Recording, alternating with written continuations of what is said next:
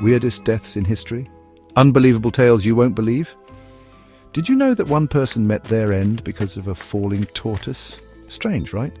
Stick around, because today we're diving into the most bizarre and unbelievable deaths in history that will leave you speechless. From historical accidents to downright absurd circumstances, these cases are as strange as they are thought-provoking. In this video, we'll uncover some of the most peculiar ways people have met their demise. And trust me, you'll never look at life or death the same way again.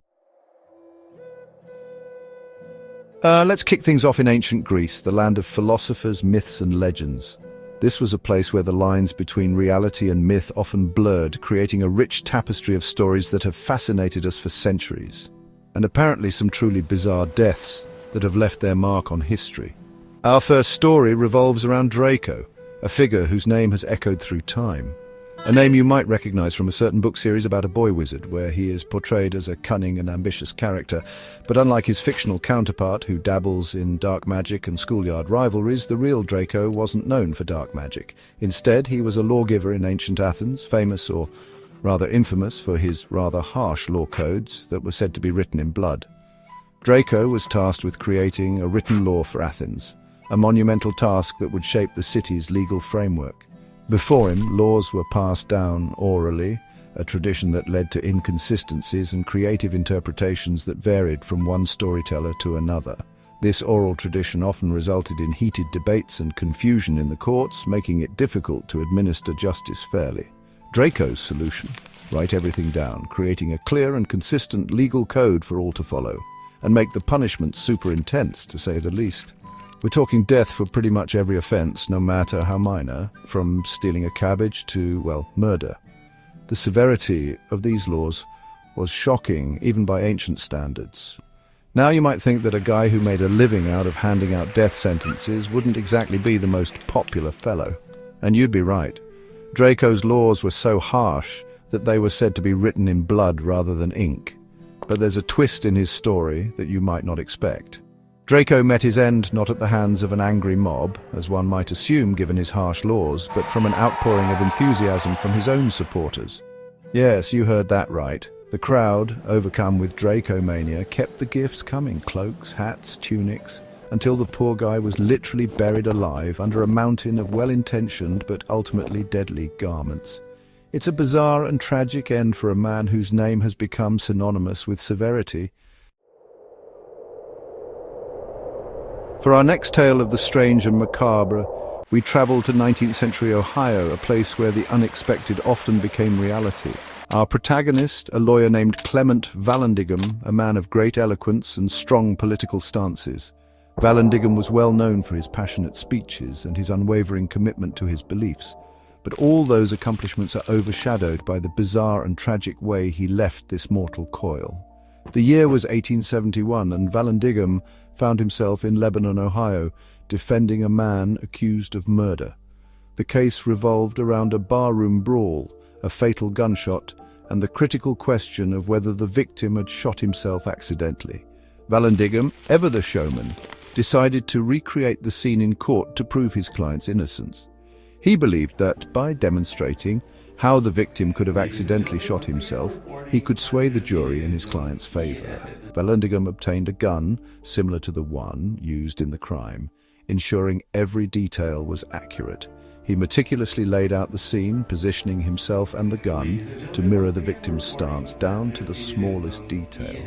With the courtroom in stunned silence, Vallandigham proceeded to reenact the fatal moment, confident in his demonstration, but tragedy struck. The gun, which Vallandigham had mistakenly believed to be unloaded, fired a live round, shocking everyone present. The irony was as thick as the smoke that now filled the room, a cruel twist of fate that no one could have foreseen. Clement Vallandigham had become another tragic example of life's cruel and often absurd sense of humor, a cautionary tale for generations to come. Now, for a story that proves laughter can be fatal, we turn our attention back to ancient Greece. This time, our subject is Chrysippus, a Stoic philosopher known for his sharp wit and, unfortunately, his rather fragile, funny bone. Chrysippus wasn't just a philosopher, he was a philosophical rock star. He wrote over 700 works on logic, ethics, physics, you name it. He was known for his quick thinking and sharp arguments. But there was one opponent he couldn't defeat, his own sense of humor. The story goes that one day Chrysippus was observing a donkey in his garden. This particular donkey was attempting to eat some figs, which, as any good gardener will tell you, is a recipe for digestive disaster. Chrysippus found the whole situation utterly hilarious. He started laughing uncontrollably until suddenly he just stopped. The great Chrysippus, the master of logic and reason, had laughed himself to death. Hold on to your hats, folks, because our next story is about as strange as it gets. It's a tale that will leave you both amazed and bewildered, a true testament to the unpredictability of life. We're heading to Boston, 1919, for a tale of industrial disaster, sticky chaos, and a truly bizarre way to go. This is the story of the Great Molasses Flood, an event so unusual that it has become a part of Boston's folklore. Imagine a wave of molasses 25 feet high sweeping through the streets at 35 miles per hour. It's hard to fathom, but this thick, sticky wave moved with the force of a freight train, destroying everything in its path. Sound like a bad dream? Well, for the residents of Boston's North End, it was a terrifying reality. The sheer force of the molasses wave was enough to knock buildings off their foundations and sweep people off their feet. It all started with a giant tank, 50 feet tall, filled with over 2 million gallons of molasses. This massive container was a ticking time bomb waiting to unleash its sticky contents. This sugary behemoth was owned by the Purity Distilling Company. The company had built the tank hastily, cutting corners to save costs, and the consequences were disastrous. On that fateful January day, the tank, weakened by poor construction and fluctuating temperatures, burst open, unleashing a tidal wave of molasses onto the unsuspecting city. The explosion was so powerful that it was heard miles away. Buildings were ripped from their foundations and people were swept off their feet. The molasses wave moved with such force that it caused immense destruction, leaving a trail of devastation in its wake. The aftermath was devastating. The molasses, once it settled, hardened into a thick, impenetrable sludge. Streets were coated in a sticky mess that made cleanup efforts incredibly difficult. Rescue efforts were hampered by the sticky mess as rescuers struggled to reach those trapped beneath the debris. The molasses made it nearly impossible to move quickly, turning the rescue operation into a slow and arduous process. The final death toll reached 21, with over 150 injured. The Great Molasses Flood remains one of the most bizarre and tragic events in Boston's history, a reminder of the unexpected dangers that can arise from industrial negligence. Now, I know what you're thinking, Ryan, you already told us about the molasses flood. What more could there be? Well, sometimes the most shocking details are in the individual stories, and the story of the woman who drowned in the Great Boston Molasses Flood is as tragic as it is unbelievable. Imagine this, you're going about your day, completely unaware of the sugary chaos about to unfold. One moment, life is normal. The next, a roaring wave of molasses is tearing through the streets. The molasses, thick and relentless, pulled her under, engulfing her in its sweet, suffocating embrace.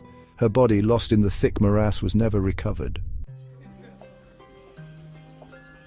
So, what can we take away from these bizarre and, let's face it, morbidly fascinating stories? Life is unpredictable, and sometimes truth really is stranger than fiction.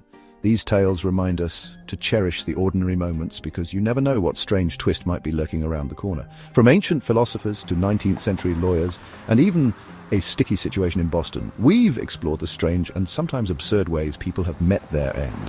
What's the weirdest death you've ever heard of? Share it in the comments below, and don't forget to like this video and subscribe for more strange and fascinating stories from history. See you there.